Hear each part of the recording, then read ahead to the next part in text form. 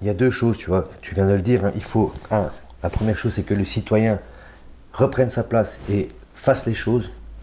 De l'autre côté, il faut de la bonne volonté au niveau du pouvoir qui donne les autorisations de faire confiance aux citoyens. Sans ça, on va à un clash. Sans ça, c'est mort. Si d'un côté, ils ont les clés pour ouvrir la salle et qu'ils ne veulent pas l'ouvrir, qu'ils ne s'attendent pas à ce que les gens respectent ça.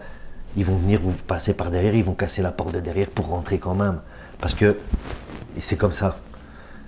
Il faut que les gens aient envie de le faire et il faut leur faire confiance. Et il y a des idées, des comités de quartier, des choses comme ça. Un truc que je regrette par exemple, c'est quand j'étais petit, il y avait des fiestas un petit peu tous les 3-4 mois dans mon village, tu vois. Septembre, il y avait le carnaval, tu avais la Ducasse, une Ducasse au mois de juin, une autre au mois de mai, une autre au mois de septembre, enfin au mois d'août, enfin. Tous ces comités de quartier sont morts.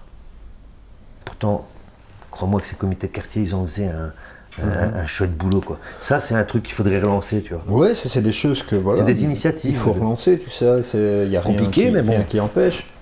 C'est compliqué parce que ben voilà, on est dans l'ère où les gens sont chez eux. Et je parle pas du Covid, hein. Je parle en général. Ouais, je comprends très bien. On a toutes les facilités à la maison.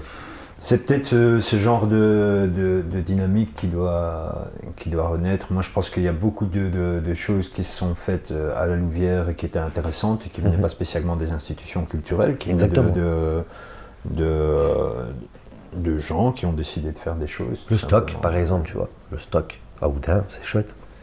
Après, c'est fort rock, mais ils sont quand même assez ouverts. Mais c'est chouette. C'est des gars qui se sont regroupés, qui ont mis cette salle de concert, quoi. Ça, c'est une... Voilà. C'est des choses comme ça. Après, voilà, il y a des déceptions, tu sais, quand t'as passé ton temps à organiser des trucs et qu'il a fallu te battre, en fait, pour avoir une autorisation, qu'il faut te battre pour avoir Antenne Sound qui vient de faire un reportage, ou qu'il faut te battre pour avoir un peu de matos. En fait, il y a vraiment des trucs, moi, qui me semblaient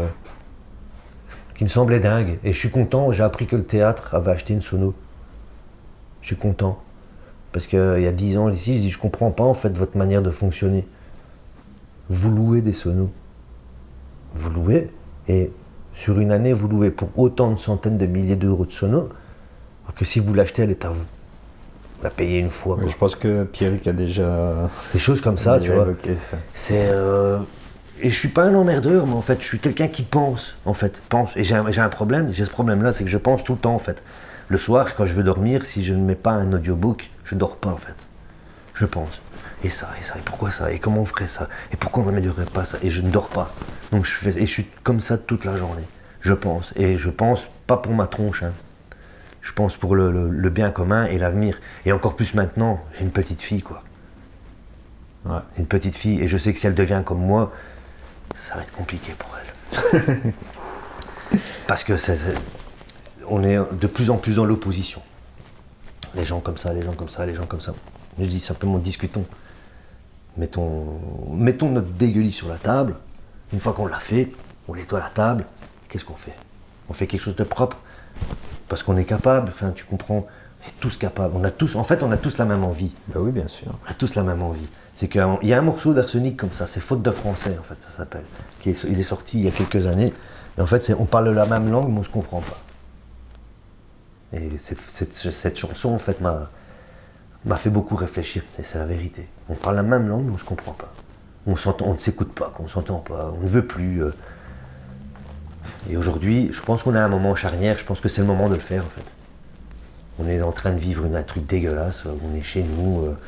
C'est le moment, c'est de penser à l'après. C'est-à-dire que si on veut essayer de voir le côté positif des choses, le fait d'être maintenant enfermé, c'est un temps de réflexion qui, je l'espère, va déboucher sur une prise de conscience et mais le monde de demain, une réaction pour après, quoi. Penser au monde de demain, quoi. Enfin, tu vois, qu'est-ce qui va se passer demain? Comment on va mettre les choses en place demain?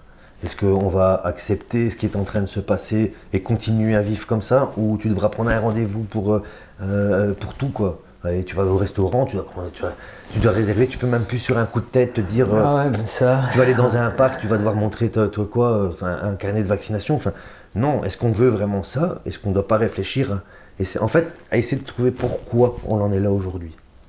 Et une des pistes, c'est peut-être se demander comment on a détraqué la planète, quoi. Pourquoi il y a des virus qui sortent comme ça. La théorie du laboratoire, ouais, je peux encore imaginer que l'homme qui veut se prendre pour Dieu commence à chipoter des trucs. Mais il y a une autre piste, c'est le réchauffement climatique qui s'en va réveiller des microbes, des bactéries qui sont endormies depuis des millions d'années, milliards d'années, qu'on ne connaît pas. Pourquoi on n'essaierait pas de se poser, de se dire, bon, qu'est-ce qu'on a foiré en fait? En tant que société, qu'est-ce qu'on a foiré? En tant que scientifique, qu'est-ce qu'on a foiré? En tant que politicien, qu'est-ce qu'on a foiré? En tant que citoyen, qu'est-ce qu'on a foiré? Parce qu'on a tous foiré à un moment donné. Pour en arriver là aujourd'hui, parce qu'on est... Enfin, moi je vois ça comme ça, on est dans une situation où on est un peu au pied du mur, quoi. Tu vois, on est là...